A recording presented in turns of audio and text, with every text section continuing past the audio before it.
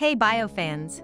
Anya here from the Biography Wrap, and today, we are going to explore the lives of 4 Italian Jewish children through the movie Figli Del Destino, directed by Marco Spagnoli and Francesco Micciche.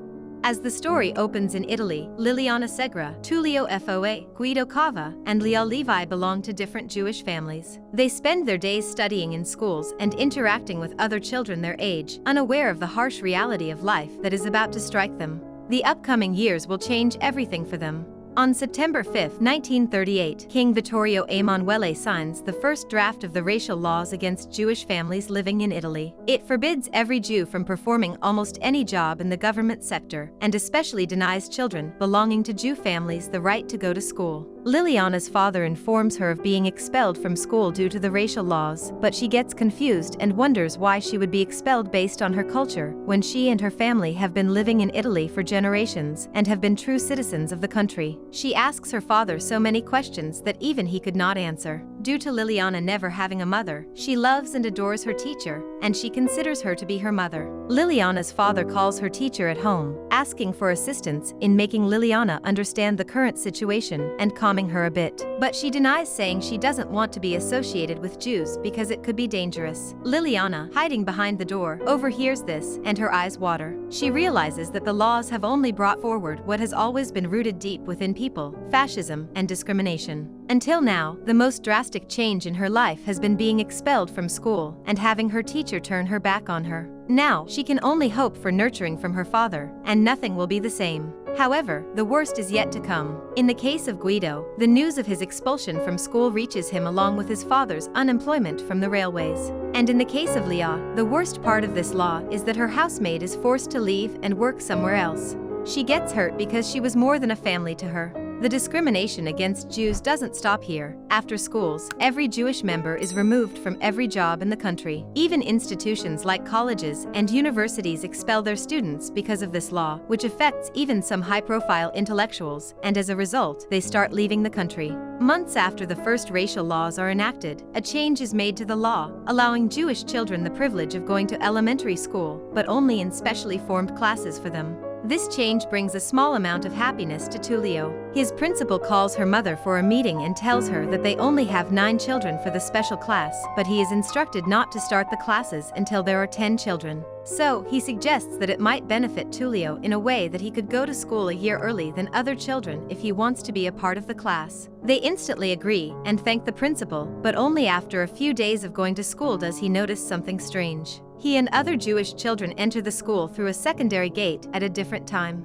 They are not allowed to be with other students or interact with them. This makes him realize the true meaning of these laws and how it has started to affect him and others. His mother sells everything in the house to feed her children and pay for other expenses, and when they have nothing left, they decide to give a room for rent. But the man renting the room is found to be listening to Radio London, which is banned in Italy and, if found out, could prove dangerous for the whole family owning the house, so the renter is thrown out. On the other hand, Liliana and her family are frustrated with the daily torture of comrades. They come anytime unannounced and start searching the whole house without any reason, causing a lot of trouble to them.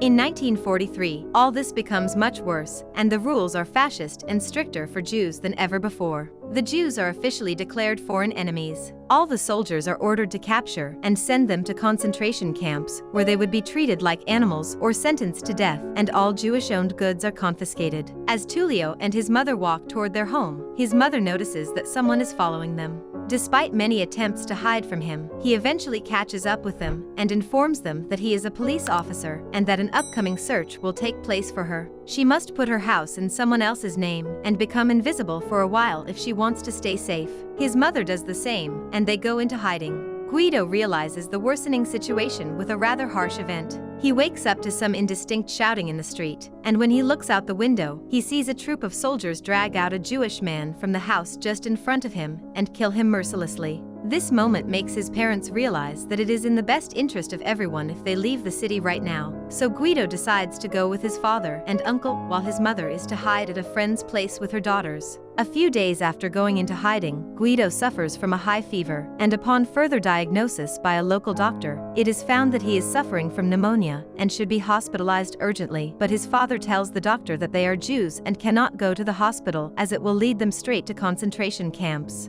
The doctor takes the matter into his own hands and visits Guido twice daily to check his fever and give him medicine. His father feels so thankful to him that besides being a fascist, he is deciding to help his child. On the other hand, Lia's mother sends her to a Catholic convent school to stay and study, disguised as a Catholic girl for her protection. Liliana's father decides to leave the country and go to Switzerland to escape the consequences of this law, and for this, he takes the help of a local guide who, in exchange for money, shows them the route to Switzerland. But as soon as they reach the border, Swiss soldiers catch them at gunpoint. Even after they tell what situation they are running from, the soldiers deny believing them and order them to return from where they have come from, or they will be forced to shoot them. Exhausted of other options, they go back to the way they came from, where they are arrested by the military and sent to prison. Liliana never thought in her past years in this city that someday she would get to see the prison from inside. After imprisonment and interrogation for 40 days, a soldier tells them to be prepared to leave for an unknown destination the next day. The next day, Liliana and her father are locked inside a wagon of a train with thousands of other Jews to be deported to Portland, where they will be held in concentration camps intended by Nazis to make use of Jews in the war they are fighting. While at Lia's school, 2 of the girls who went home 2 days prior to celebrate a holiday are also caught by the Nazi army and sent to concentration camps. In 1944, Liliana and her father reach a concentration camp in Portland, and while separating in groups for inspection, they see each other for the very last time. She is unaware that his father, unlike her, is going to the gas chamber, where he will be made to inhale poisonous gas, leading him to his ultimate death. After this, she is alone to bear the hardships that life has yet in store for her. She is forced to work in a factory used to make supplies for the war and work there. She realizes that she has to be selfish and be free of any relationships to survive, so she does not make friends or talk to anyone.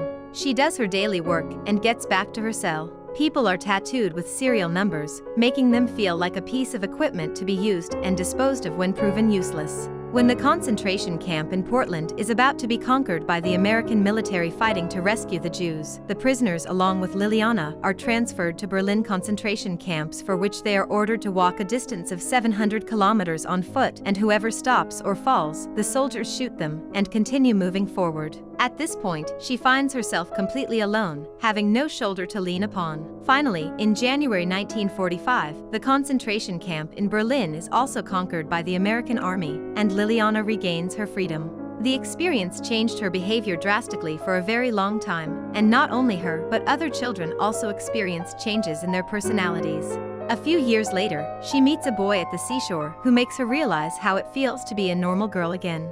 With his love and support, Liliana can finally adjust according to society, which she previously thought impossible after coming from the concentration camps. Children like Liliana, Lia, Tulio, and Guido are finally free to go and study like the rest of the children of their age. They realize that they have finally gained their freedom and dignity, and this experience, although they have lost a lot, it has made them aware of how harsh and cruel sometimes life can get. They are finally happy and living their lives normally with their families. That's it from the movie Figli Del Destino. If you enjoyed it, consider subscribing. Let me know what you thought of this true story, and make sure to check out this next one.